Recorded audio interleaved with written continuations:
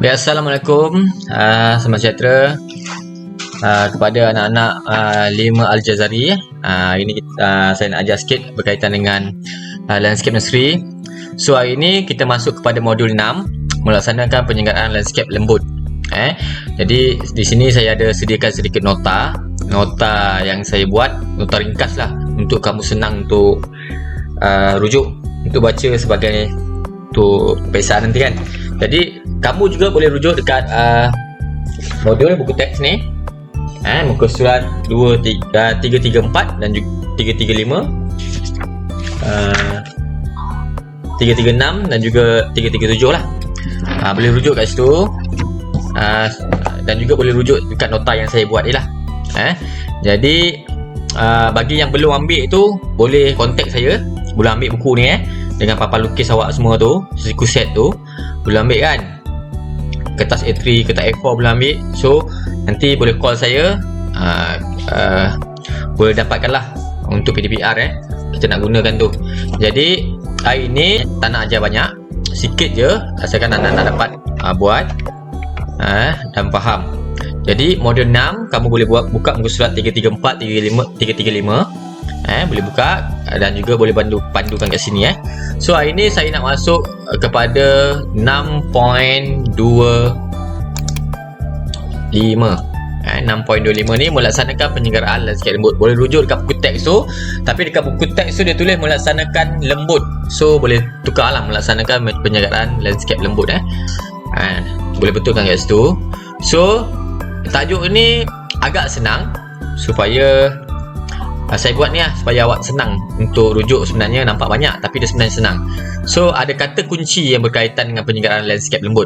Landscape lembut. Landscape lembut ni apa? Landscape lembut ni pokok-pokok lah, tumbuh-tumbuhan lah, benda hidup. Landscape lembut kan. So mana kita nak selenggara dia? Untuk selenggara landscape lembut ni, kata kunci dia ada 4. 4 ni. Penyiraman 1, pembajaan 2, pemangkasan 3, kawalan penyakit dan perosak 4. Jadi penyelenggaraan landscape lembut ni dia mesti mengikut keperluan tanaman. Keperluan tanaman maksudnya apa? Pokok utama apa keperluan dia? Pokok palma apa keperluan dia? Pokok renek apa keperluan dia? Pokok penutup bumi apa dia punya keperluan dia? Penutup bumi ataupun rumput lah. Penutup bumi ataupun rumput. Apa keperluannya? So apa saja soalan yang akan keluar, contohnya terangkan aktiviti pelaksanaan penyelenggaraan pokok utama, betul? Ataupun terangkan aktiviti pelaksanaan penyelenggaraan pokok palma, terangkan aktiviti penyelenggaraan landscape lembut pokok renek, memanjat ataupun penutup bumi. Soalan ni berbeza-beza kan, tapi jawapan dia, key point dia tetap sama, iaitu penyiraman, pembajaan, pemangkasan dan juga kawalan penyakit dan perosak ni. Ada 4 ni. So bila awak jawab, pastikan jawapan tu mesti ada, walaupun dia tanya pasal pokok utama, pokok palma, pokok renek, penutup bumi ni, 4 poin ni mesti ada. Jadi tak kisahlah mana-mana satu keluar, awak dah dapat 4 markah kat situ, InsyaAllah kan. Kalau soalan tu banyak markah lah Okey, bergantung pada markah soalan juga.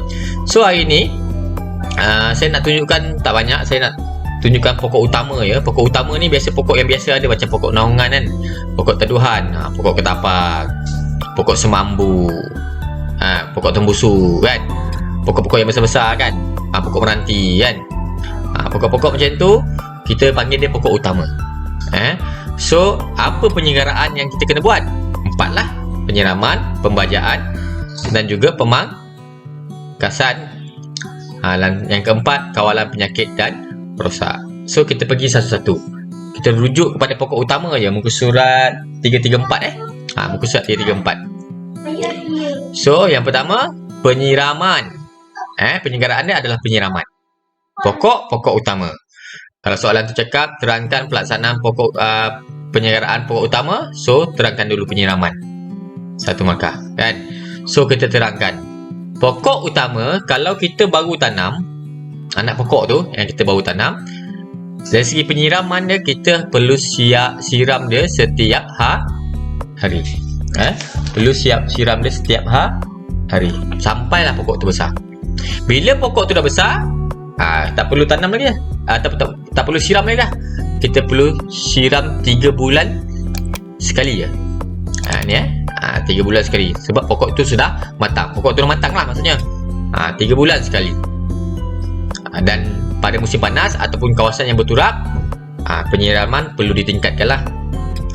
Perlu banyak siraman. Sebab apa? Air tak tembus kalau kawasan tu berturap kan. Kalau panas pula, banyak guna air tumbuh-tumbuhan ni. Itu dari segi penyiraman. Dapat? Dari segi penyiraman lah. Yang kedua, dari segi pembajaan. Pembajaan ni kalau pokok utama ni, dia perlukan kita baja mengikut umur, saiz, jenis tanah dan juga spesies tanaman. Tengok kalau saiz pokok tu kecil ataupun bau tanam, kalau kita letak terlalu banyak, nanti lecur pokok tu kan.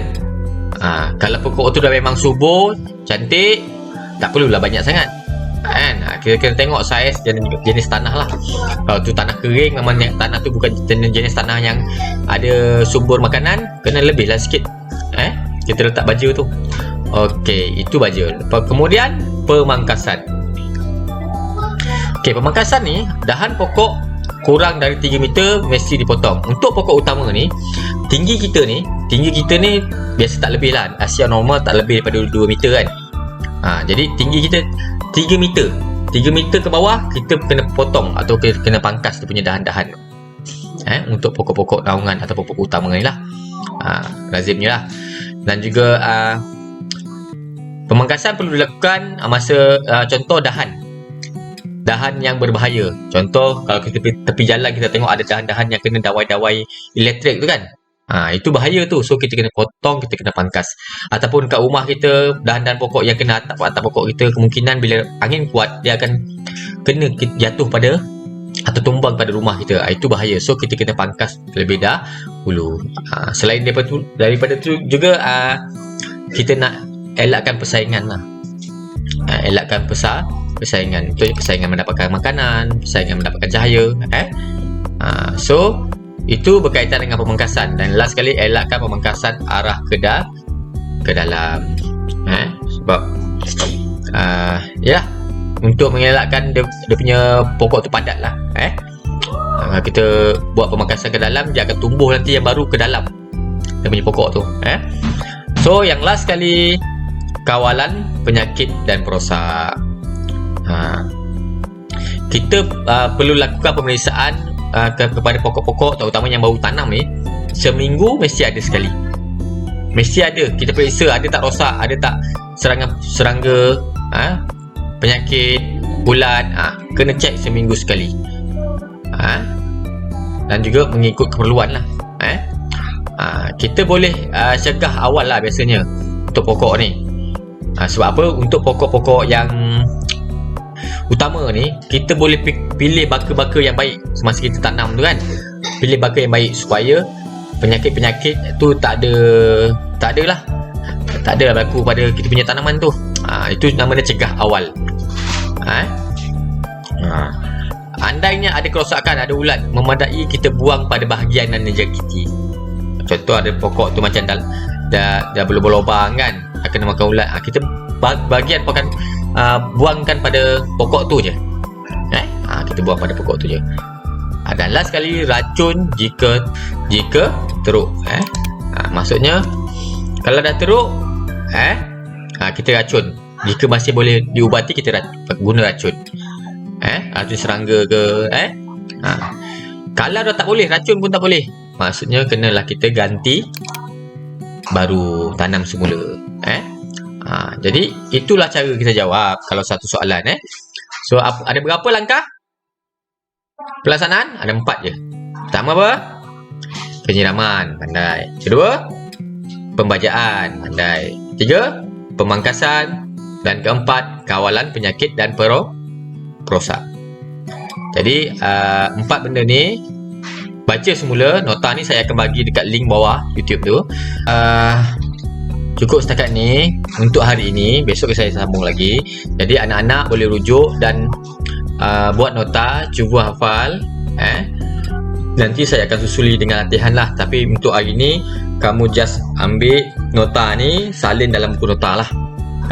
Salin dalam buku nota, cuba hafal kata kunci yang saya bagi. Cuba hafal kata kunci yang saya bagi tu. Maksudnya penyiraman, pembayaran, pemangkasan tu dari kata kunci, dan juga cuba ingat dia punya huraian ni, yang cuba fahamkan lah.